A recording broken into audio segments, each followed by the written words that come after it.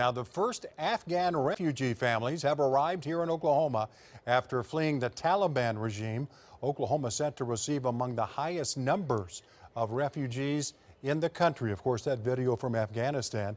Today's family was welcomed to their new home with open arms. News 4's Caitlin Ogle on the story. Katie? Catholic Charities of the Archdiocese of OKC and the Oklahoma chapter of the Council on American Islamic Relations are partnering to make sure these families are all settled in. CAIR says it's been flooded with donations, but could still use a little more help.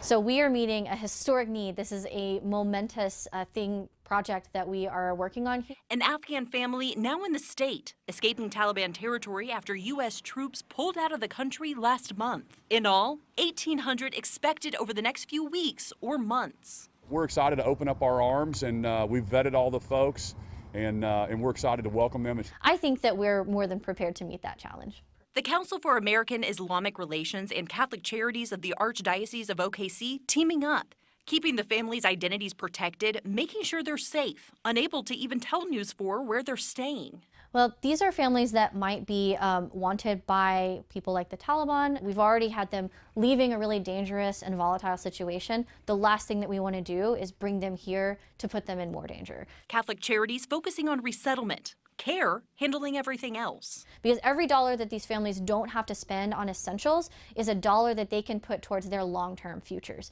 All day, Veronica Laizure with CAIR and volunteers organizing food and essentials. Making sure that they have a copy of the Holy Quran, a prayer rug, prayer beads, so they know their faith will be respected. And this is just 1/3 of the haul. Much of it coming from Oklahoma organizations. The Equity Brewing Company and the Library OKC, the clothing rental company, hold up in front of our office with a literal moving truck full of clothing and donated goods. And when I tell you that my mind was blown.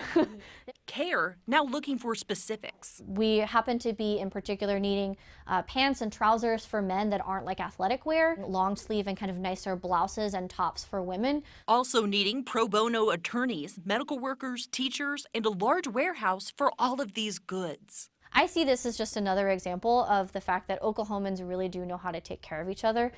And CAIR says they are constantly looking for more volunteers. So if you're interested, you can find more information on their social media. Laizure said CAIR plans to roll out a winter drive soon, since many of the families coming in may not be used to Oklahoma weather. All right, Katie, thank you. But on the other side of this coin, Oklahoma U.S. Senator James Lankford joining 4 other lawmakers who sent a letter to the White House complaining some Afghan refugees coming into the country have not been vetted properly.